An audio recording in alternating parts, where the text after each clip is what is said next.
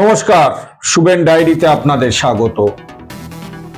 যখন সারা বিশ্বে কেন্দ্রীয় সরকারের প্রতিনিধিরা সারা বিশ্বের রাষ্ট্রনেতাদের বুঝিয়ে চলেছেন কেন ভারত পাকিস্তান আক্রমণ করলো এবং পাকিস্তান যে জঙ্গিদের আতুরঘর, তাদের জন্মস্থান, জঙ্গিদের মদতদাতা পাকিস্তান, এই বিষয়টা যখন সারা বিশ্বের রাষ্ট্রনেতাদের বুঝিয়ে চলেছেন কেন্দ্রীয় সরকারের প্রতিনিধিরা, তখন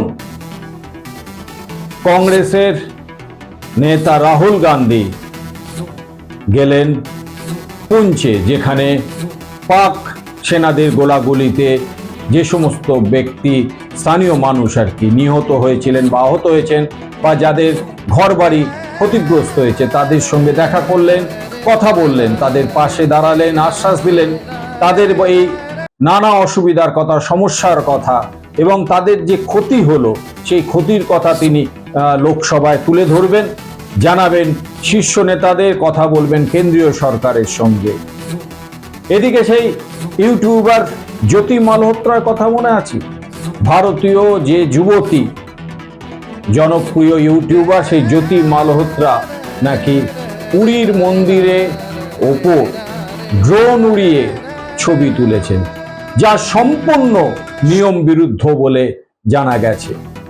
এবং জ্যোতির চাল চলন এবং পাক সরকারের হয়ে এবং ভারতীয় মহিলা হয়ে যেভাবে পাক গুপ্তচর হয়ে উঠেছিলেন, সেইটা কিন্তু এই মুহূর্তে বিভিন্ন রাজ্যের সরকারকে ভাবাচ্ছে।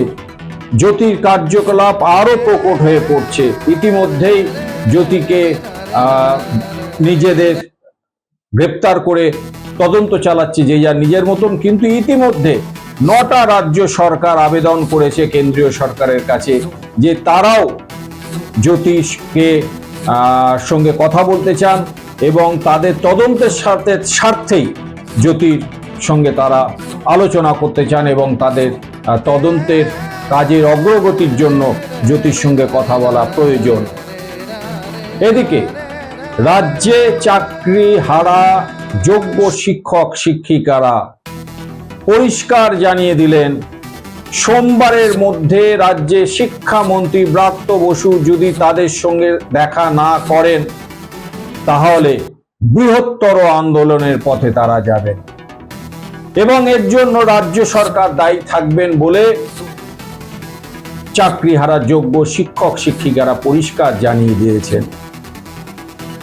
কিন্তু কেন জানি না এই বিষয়ে ব্রাত্য বসুর কাছে প্রশ্ন করা হলে হঠাৎ করে শিক্ষামন্ত্রী বড্ড উত্তেজিত হয়ে পড়েন। এই দিন যোগ্য শিক্ষক শিক্ষিকারা যারা চাকরি হারিয়েছেন সুপ্রিম কোর্টের নির্দেশে, তাদের একটা অংশ আইনজীবী বিকাশ রঞ্জন ভট্টাচার্যের সাথেও যোগাযোগ করেছিলেন।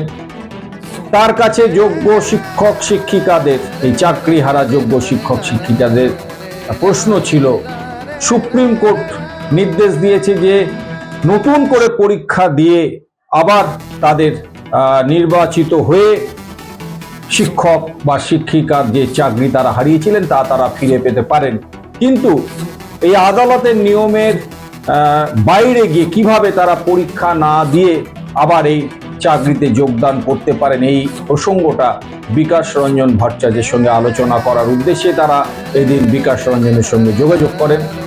কিন্তু প্রবীণ এই আইনজীবী যোগ্য শিক্ষক শিক্ষিকা যারা চাকরি হারিয়েছেন তাদের বোঝান যে কোনোভাবেই সম্ভব নয়, সুপ্রিম কোর্ট যেভাবে নির্দেশ দিয়েছে তাতে আবার নতুন করে তাদের পরীক্ষা দিয়েই চাকরিতে নিয়োগপত্র পেতে হবে।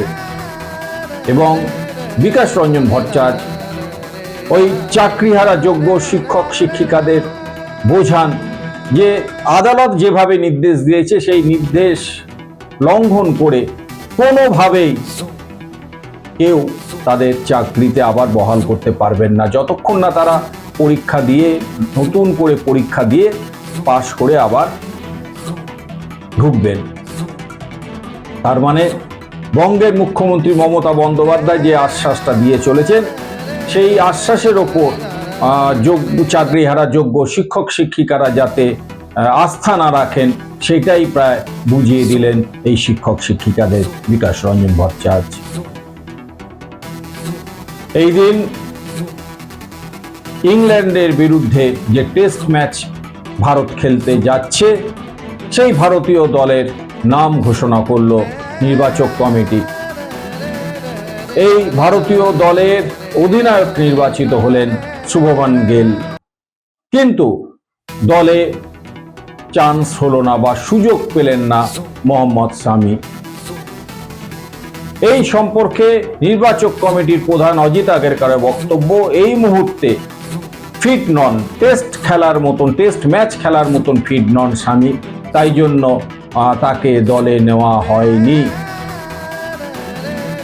কিন্তু মনে রাখতে হবে এই শামি কিন্তু ইতিমধ্যে আইপিএলে যথেষ্ট ভালো খেলেছেন এবং এই পেশার যথেষ্ট দাপট দেখিয়েছেন। একই সঙ্গে শ্রেয়স এবং সরফরাজও সুযোগ পেলেন না, যেটা ক্রিকেট প্রেমীদের কিছুটা হতাশ করেছে।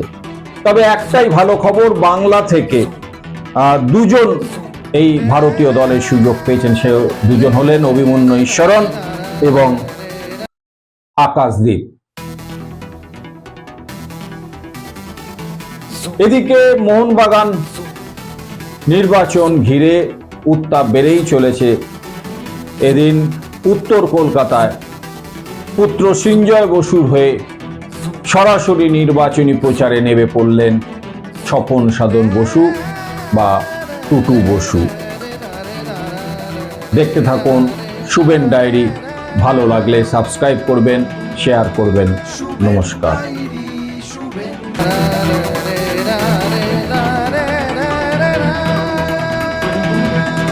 Shuven diary, Shuven diary.